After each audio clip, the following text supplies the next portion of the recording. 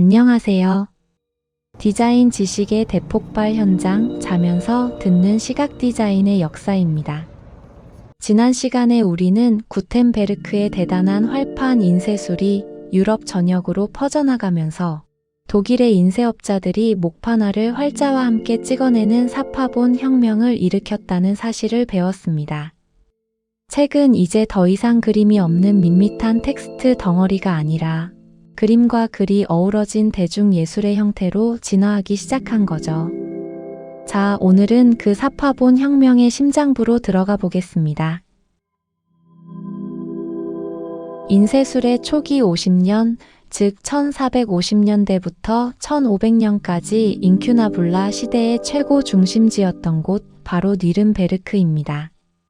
그리고 이곳에서 인쇄술의 후원을 받으며 미술사를 통째로 바꿔놓은 인류 최초의 디자인 슈퍼스타가 탄생합니다. 자, 그럼 챕터 11, 뉘른베르크 인쇄혁명과 듀러의 예술 작품 이야기 시작해볼까요? 1400년대 후반이 되자 뉘른베르크는 중부 유럽에서 가장 번성한 상업 및 유통의 중심지가 되었습니다. 그리고 이곳에는 독일에서 가장 존경받는 인쇄업자가 있었으니 그 이름은 바로 안톤 코버거입니다.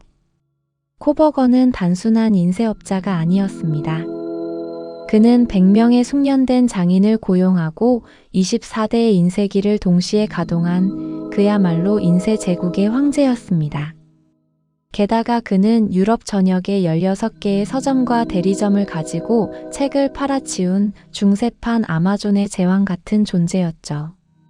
다른 초기 인쇄업자들이 돈벌이가 되는 작은 책에 집중할 때도 코버거는 과감하게 대형 서적 출판을 고수했습니다.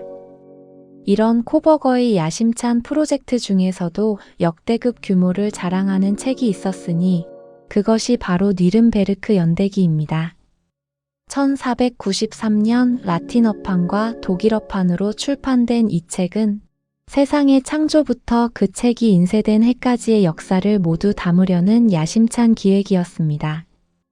무려 600페이지에 달하는 방대한 분량이었죠. 자, 그런데 여기서 초기 인쇄술의 대박 아이디어가 나옵니다.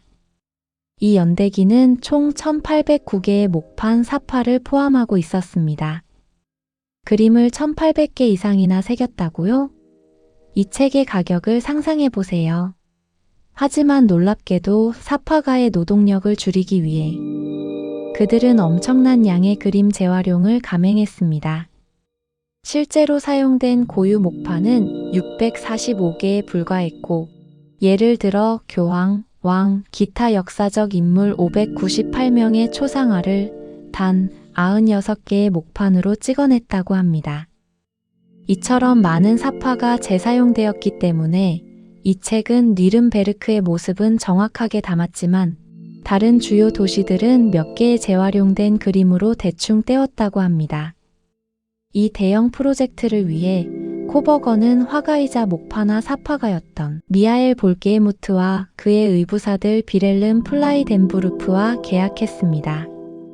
이들은 책의 밑그림 역할을 하는 원고본을 제작하고 사파 그림을 그리고 목판을 조각하는 모든 작업을 맡았죠. 자, 이제 오늘의 슈퍼스타를 소개할 시간입니다. 바로 코버거의 대자이자 안톤 코버거의 뉘른베르크 집에서 새집 건너에 살았던 소년 알브레이트 듀러입니다. 듀러는 1486년부터 거의 4년간 볼게무트 밑에서 도제로 일했습니다. 따라서 젊은 듀러는 이 거대한 뉘른베르크 연대기의 레이아웃과 사파 작업에 분명히 참여했을 것으로 추정됩니다. 그가 도제 기간을 마치고 독자적으로 내놓은 작품은 인쇄 예술의 역사를 새로 썼습니다. 바로 1498년에 출판된 목판화 연작 묵시록입니다. 고작 32페이지짜리 책이었지만 15점의 기념비적인 목판화로 구성되어 있습니다. 이 작품은 전례 없는 정서적 힘과 그래픽적 표현력을 갖췄다고 평가됩니다. 듀러는 검은 잉크를 사용하여 명암, 양감, 그리고 깊이를 표현했는데 이는 혼란스러운 세상 속에서 빛을 상징하는 은유와도 같았습니다. 이 책 한 권으로 27살의 듀런은 유럽 전역의 명성을 떨치며 인쇄 예술의 새로운 기준을 세웠습니다. 듀런은 이탈리아 르네상스 화가들처럼 회화적 사실주의와 인체비례 이론을 독일 목판화에 도입하면서 당시 조악했던 독일 미술을 순식간에 르네상스 수준으로 끌어올린 인물로 평가받습니다. 디자인 역사에서 인쇄술의 기술적 완성도와 예술적 완성도를 동시에 끌어올린 인물이라고 평가할 수 있겠습니다. 또한 듀런은 단순히 그림만 잘 그린 게 아니었습니다. 그는 타이포그래피에도 혁신을 가져왔습니다. 듀런은 당시 독일 예술가들과 장인들이 이탈리아의 전문직 종사자들처럼 이론적 지식이 부족하다고 생각했습니다. 그래서 그는 알파벳 서체의 조화와 비율을 연구하는 책, 측정의 기술에 대한 교본을 1525년에 출판합니다. 그리스, 로마 문명의 미적 완벽함을 추구했던 듀런은 로마 대문자를 기하학적으로 구성하는 방법을 제시했습니다. 그는 각 문자의 형태를 정사각형에 맞춰서 디자인하고 획의 두께와 높이의 비율을 1:10으로 설정했습니다. 이는 로마의 트라이아누스 기념비에서 영감을 얻은 비율이었죠. 이러한 기하학적 구조를 바탕으로 듀런은 컴퍼스와 자를 사용하여 알파벳을 그리는 명확한 지침을 제공했습니다. 그는 심지어 이전에 출판된 알브레이트 피스터의 서체 디자인에서 오류를 발견하고 신랄하게 분석한 다음 피스터는 화가니까 글자 비율을 이해 못하는 게 당연하다며 봐주는 우스꽝스러운 일화도 남겼습니다. 듀런의 이 작업은 미술적 감각뿐만 아니라 수학적 질서를 문자에 부여함으로써 이후 알파벳 디자인의 발전에 지대한 영향을 미쳤습니다. 듀런가 디자인의 이론적 토대를 닦을 무렵 독일의 인쇄술은 여전히 고딕 양식의 강한 전통을 유지하고 있었습니다. 1517년 코버거의 출판 제국에서 찍힌 토이어 당크는 독일 사파본 시대의 마지막 걸작 중 하나로 꼽힙니다. 신성로마 제국 황제 막시밀리안 1세의 결혼을 기념하는 이 로맨틱한 모험 소설은 서기관이 사용하던 서체인 프락투어의 초기 형태로 디자인되었습니다. 프락투어는 고딕 양식의 딱딱한 직선을 버리고 더 흐르는 듯한 곡선으로 바꾼 서체였는데 너무 화려하고 복잡해서 사람들은 금속 활자가 아니라 목판으로 인쇄했을 거라고 착각할 정도였습니다. 결국 독일 사파본은 듀런의 예술성과 코버거의 인쇄 기술 덕분에 르네상스 초기의 그래픽 디자인을 풍요롭게 만들었습니다.